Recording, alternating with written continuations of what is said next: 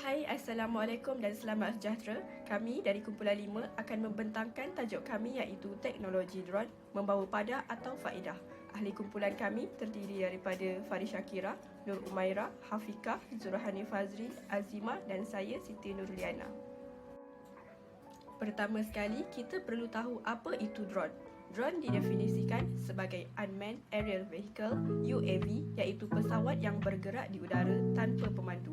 UAV ini dikendalikan secara kawalan jauh atau diterbangkan secara automatik melalui program komputer. Kebiasaannya, teknologi drone digunakan untuk tujuan fotografi atau videografi. Seterusnya, kita beralih kepada sejarah dan perkembangan teknologi drone. Pada tahun 1918, Catherine Bug direka untuk menjatuhkan bom semasa Perang Dunia Pertama. Pada tahun 1935 pula, Queensbee dicipta di United Kingdom dan drone ini digunakan oleh tentera semasa latihan. Seterusnya, pada tahun 1964 sehingga 1969, The Lightning Bug dicipta untuk mengawasi musuh semasa Cold War oleh United States. Pada tahun 2001 pula, drone yang diberi nama Present Predator direka di US dan digunakan untuk tujuan pengawasan semasa peperangan. Seterusnya, pada tahun 2013, Jeff Bezos yang merupakan CEO Amazon telah mengkomersialkan teknologi drone kepada masyarakat.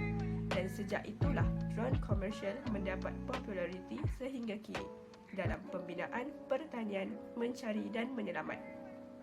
Manakala di Malaysia pula, pada tahun 2020, pihak berkuasa penerbangan awam Malaysia meluluskan agensi kerajaan untuk menerbangkan drone dalam pengoperasian keselamatan negara. Pada 15 Mac 2021, Jabatan Bomba dan Penyelamat Malaysia menubuhkan unit drone untuk mengesan dan memadam kebakaran di lokasi yang sukar diakses. Hubungan drone dengan agama yang pertama adalah memantau kegiatan aktiviti yang dilakukan oleh masyarakat. Drone dapat membantu memantau kegiatan-kegiatan yang dilakukan oleh masyarakat seperti maksiat di tempat awam, kecurian tabung di masjid dan penderaan kanak-kanak atau penderaan rumah tangga. Seterusnya, penciptaan teknologi seperti drone merupakan bukti bahawa ilmu penting dalam kehidupan manusia untuk mempelajari perkara baharu. Seterusnya, mereka cipta teknologi yang canggih. Islam juga mewajibkan umatnya menuntut ilmu fardu kifayah seperti ilmu kejuruteraan, ilmu sains dan ilmu teknologi. Hubungan drone dengan agama yang terakhir adalah nikmat akal kurniaan Tuhan. Akal kurniaan Tuhan membolehkan manusia berfikir dengan kreatif dan inovatif untuk menghasilkan sesebuah produk atau alat yang memberi kemudahan kepada individu, masyarakat dan negara. Berdasarkan maksud dari surah Al-Ma'idah ayat yang ke-100, umat Islam yang menggunakan akal fikiran dengan betul dan bertakwa kepada Allah akan mengecapi kejayaan. Seterusnya, dari segi hubungan dengan manusia pula, drone digunakan untuk tujuan ketenteraan dan pertahanan negara. Sebagai contoh, ia digunakan untuk latihan tembakan, risikan dan juga sebagai senjata. Ia juga dapat digunakan untuk memudahkan mendapat maklumat daripada udara untuk merentasi halangan dan menjadi alat pengesan kebakaran dan membawa bahan pemadam kebakaran ke lokasi yang susah diakses oleh pasukan bomba. Seterusnya, teknologi drone dalam pendidikan. Drone dapat digunakan di dalam bilik kuliah untuk membuka peluang baru untuk menjadikannya lebih relevan dan inovatif untuk belajar. Ia juga dapat membantu meningkatkan kemahiran orientasi, kemahiran motor dan juga memberi pelajar pemahaman yang lebih baik tentang bagaimana dunia di sekeliling mereka berfungsi. Yang ketiga pula ialah drone dapat digunakan sebagai ambulans udara. Sebagai contoh, drone dapat digunakan untuk menghantar alat defibrillator kepada pesakit-sakit jantung dengan segera tanpa perlu menunggu lama untuk ambulans sampai ke tempat kejadian. Alat defibrillator merupakan suatu arus elektrik yang dipakai ke atas dada mangsa untuk membantu jantung dalam mengepam darah semula ke seluruh badan. Kepentingan sistem nilai dan etika untuk drone.